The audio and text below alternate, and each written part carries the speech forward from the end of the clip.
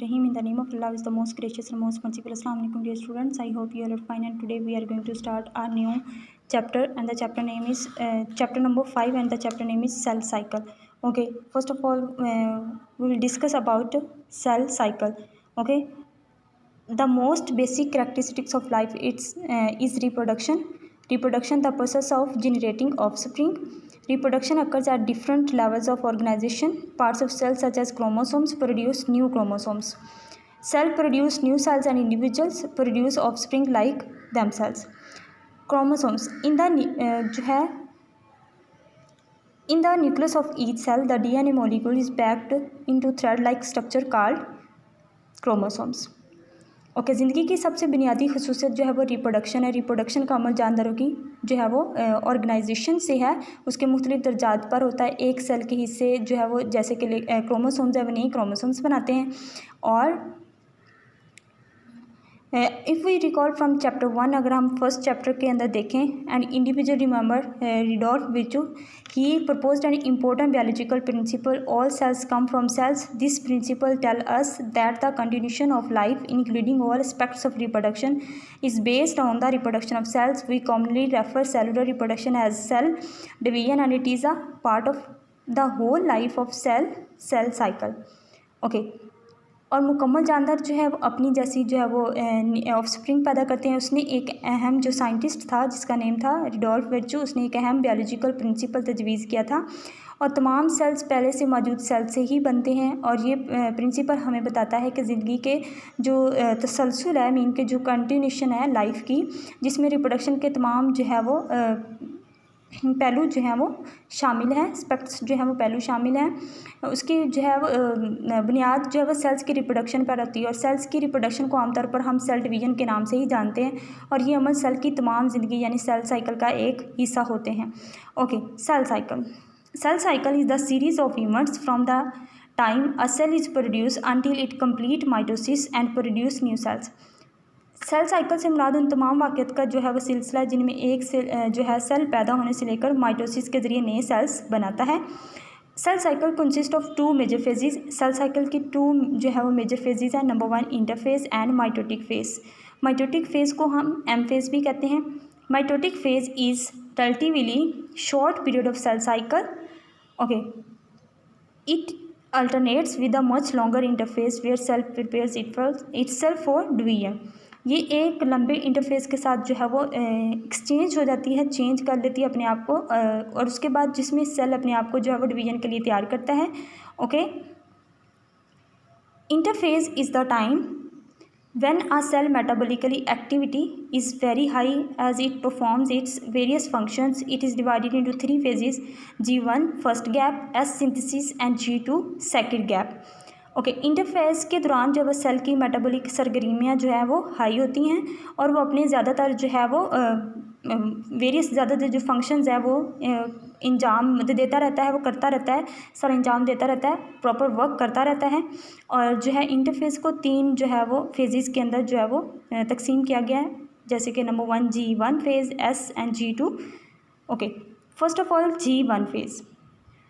After its reproduction, a cell starts its cell cycle in G1 phase. G1 phase जो है वो accumulation of nutrients. पैदा होने के बाद एक सेल अपने सेल के साथ जो है वो G1 फेज से जो है वो शुरू करता है. प्रोडक्शन मीन पैदा होना. During this phase cell increases its supply of proteins, increases the number of its organelles and grows in size. इस जो है फेज़ के दौरान सेल अपने लिए प्रोटीन्स की जो है फ्राहमी को बढ़ाता है, और अपनी कई जो ऑर्गेनेलीज जैसे कि माइटोकॉन्ड्रिया है, राइबोसोम्स की तादाद को बढ़ाता है, और साइज़ में जो है वो बढ़ता रहता है. This phase is also marked by the synthesis of various enzymes that are required in next phase, S phase, for the replication of chromosomes. Okay, इस फेज़ की एक पहचान है कि इससे एंजाइम्स की तैयारी भी है, और जो नेक्स्ट फेज़ है उस डुप्लीकेशन के लिए भी ज़रूरी है. डुप्लीकेशन मीन के जो है वो रेप्लिकेट करना न्यू क्रोमोसोम्स का बन. Okay students, next S phase. In this phase cell duplication its chromosomes. इस फेज़ में सेल अपने क्रोमोसोम्स की जो है वो कॉपियाँ तैयार करता है, डुप्लीकेट करता है, नई जो है वो कॉपियाँ तैयार करता है। As a result each chromosome consist of 2 sister chromatids. इसके नतीजे में क्रोमोसोम्स के पास जो है वो 2 जो है वो सिस्टर क्रोमाटाइड्स होते हैं। Okay, G2 phase. In the G2 phase, cell prepares proteins that are essential for mitosis, mainly for the production of spindle fibers. इस फेज़ में सेल अपनी प्रोटीन्स तैयार करता है जो कि माइटोसिस खास तौर पर स्पाइंडल फाइबर्स बनाने के लिए ज़रूरी है। After the G2 phase of interphase, cell enters the division phase, M phase. It is characterized by mitosis in which cell divisions into the 2 daughter cell. Interphase की G2 फेज़ के बाद cell division phase में जो है वो दाखिल हो जाता है। डिवीजन फेज़ की पहचान जो है वो माइटोसिस है, जिसमें सेल 2 डॉटर सेल्स में तकसीम हो जाता है। Okay, cells that have temporarily and permanently stopped dividing are said to have entered a state of quiescence called G0 phase. Okay, ऐसे सेल्स जिसमें जो है वो या तो परमानेंट या आर्जी तौर पर जो है वो उसके अंदर तकसीम का अमल जो है वो शुरू कर देते हैं। इस तकसीम ना होने की हालत में इसे समझा जाता है कि उनकी ज़िंदगी का ये मरहला जो है वो एंड हो गया है। ओके, उसको हम जो है वो G0 फेज़ कहते हैं। Okay, G0 phase in multicellular eukaryotes cells enter G0 phase from G1 and stop dividing. इसमें सेल्स जो हैं वो इस फेज़ में जब दाखिल होते हैं तो तकसीम होना जो है वो डिवाइड होना जो है वो बंद हो जाते हैं। Some cells remain in G0 phase G0 for indefined period. Neurons, some cells enter G0 phase semi-permanently. Some cells of liver and kidney. Many cells do not enter G0 and continue to divide throughout an organism's life. Epithelial cells. कुछ sales अपनी हालत में जो है वो कुछ time के मुद्दत तक उसमें जो है वो नर्व सेल जैसे कि हैं।